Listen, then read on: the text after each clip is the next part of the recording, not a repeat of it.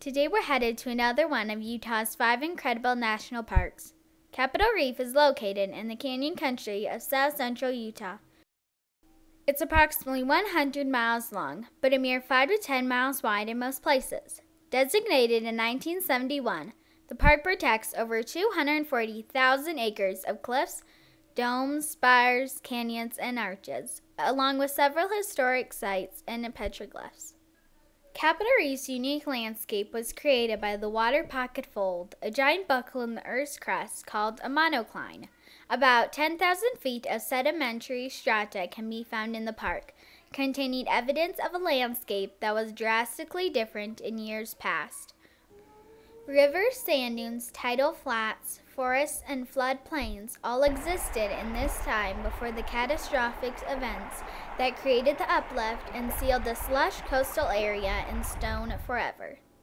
Water and erosion have been shaping the water pocket fold ever since and have played an enormous role in giving us the park we enjoy today. Water has eroded out the gorges, shaped the spires and arches, rounded the domes, created an oasis for plants and wildlife, and drawn in settlers looking for somewhere to start a new life. The historic community of Fruita, listed on the National Register of Historic Places, is somewhere that a handful of various self-sufficient families called home between 1883 and 1969. It's one of the most prominent features of the park and contains several sites definitely worth visiting, including the Gifford House, Schoolhouse, orchards, and Mail Tree. Welcome to the Gifford House, built by Calvin Pendleton in 1908. Calvin Pendleton came to Capitol Reef, no doubt awed by what he saw, and built a small stucco house, which he and his family lived in for 8 years. During this time, the house only had 2 small bedrooms and a kitchen, along with 2 upstairs bedrooms that had to be accessed by a ladder outside. From 1916 to 1928, Jorgen Jorgensen and his family were the second residents. Jorgen then sold the home to his son-in-law and the homestead's namesake, Dewey Gifford. Dewey Gifford and his family lived in the home for 41 years, from 1928 to 1969. Dewey added a kitchen, bathroom, utility room, and carport to accommodate the changing times. The Giffords raised livestock, grew a vegetable garden, and planted orchards. They lived a simple life among the cliffs and canyons of Capitol Reef. Electricity didn't arrive until 1948. Drinking water was carried from the Fremont River. A Monarch stove heated the house and cooked meals. Wool was spun into clothes from the family's flock of sheep. Fruits and vegetables from the garden orchards were preserved by bottling or drying to last through the long winters. The Giffords also participated in community activities with other families of Fruita. Singing, playing games, reading, baseball, and quilting were all things Fruita residents would have done together on their days off. Dewey Gifford worked for the National Park Service and State Road Department before finally selling his house and farm to the National Park Service in 1969. The Gifford homestead is still open to the public and is furnished as it would have been during the time the Gifford family called it home. A small store at one end sells jams, syrup, pies, and other items that make it a nice stop among a busy day exploring at Capitol Reef.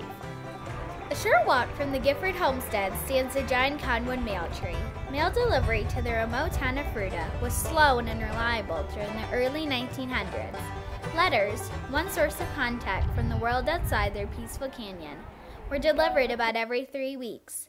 Mail bags and boxes were hung on the mail tree, where the postman delivered and picked up the mail. Today this tree still stands, giving shade to the grassy meadow below, and reminding us how much the mail service has changed.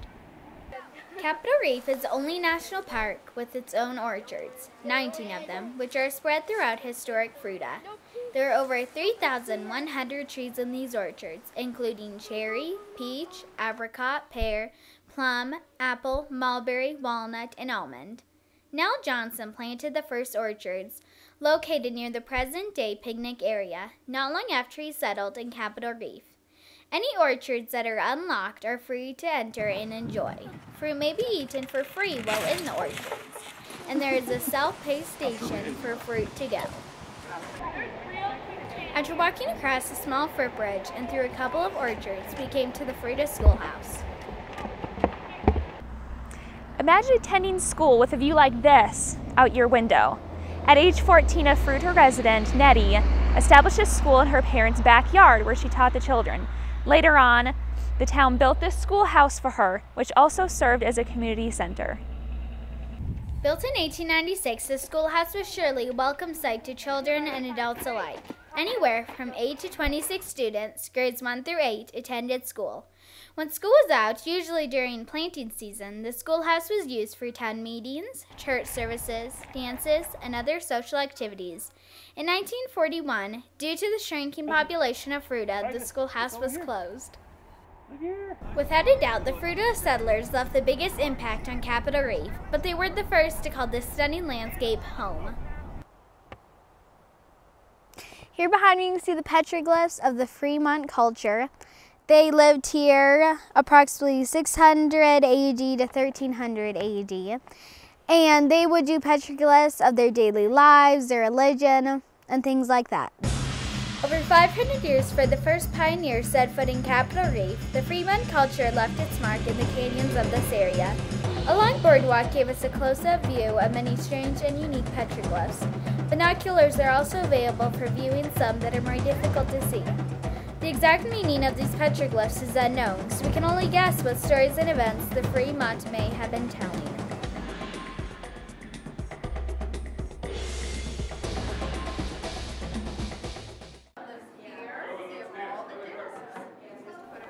The Nature Center is somewhere Gabriel, Josephine, Titus, and I especially enjoyed. Inside are hands-on activities and games that kept us occupied for a while. Gabriel milked a cow, Josephine and Titus played with puppets, and I ground some cornmeal. We also made Capitol Reef postcards, coloring pages, and a Pioneer toy.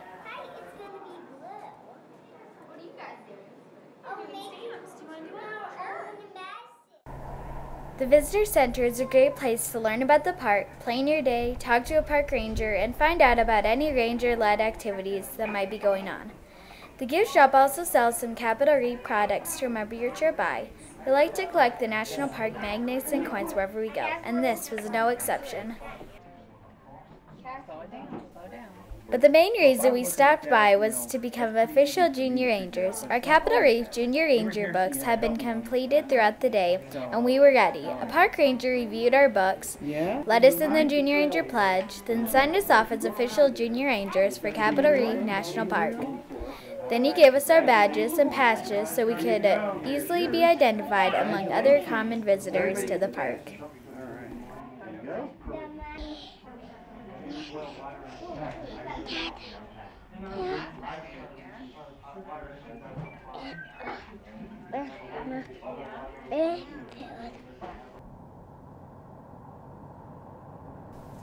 Heading south on a road that took us out into Capitol Reef's back country, we passed sites such as the Egyptian Temple, an unmistakable formation of huge columns in the side of a cliff. Unfortunately, we found that it's a good idea to check on the status of the roads leading to the canyons. Flash floods are common and can make the dirt road unpassable after even less than an inch of rain. Thankfully, we were able to get partway down Capitol Gorge Road, where we stopped and hiked around for a while.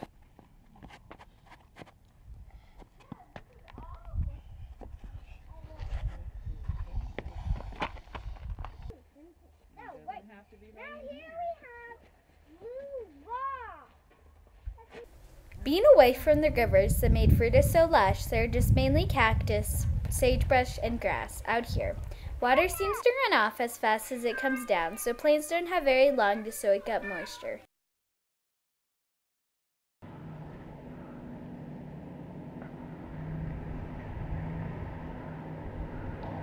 Fortunately, even when the west side of Grain Wash is closed off, the east side can still be accessed by Highway 24. Grain Wash is a 2.5 mile hike from one side to the other. It's an incredible hike that, if time allows, should not be missed. Sheer cliffs hundreds of feet high rise up on either side. Amazing rock formations and colorful layers are everywhere. Petrified wood can be found in slivers, evidence of the forest that once existed here. And there are even a handful of petroglyphs for the watchful eye.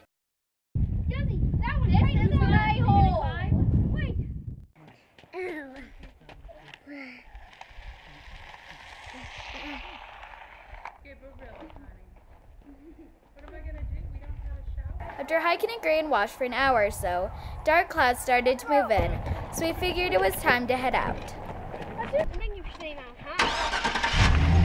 we loaded up and the sun set on our second trip to the park, everyone took one last look at this incredible place that has drawn in people for hundreds of years.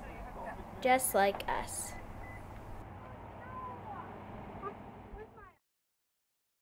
Welcome to the Gifford House, built by... The watchful eye.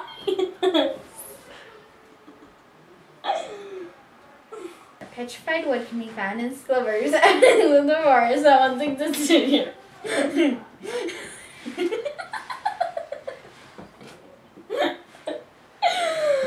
they're even a handful of picture glass for the watchful eye. And they're hanging in the Grand Water in hours. Alright, you ready?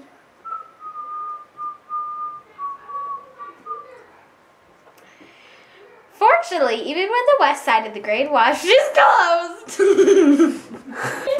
they're even a handful of picture glass for the watchful eye.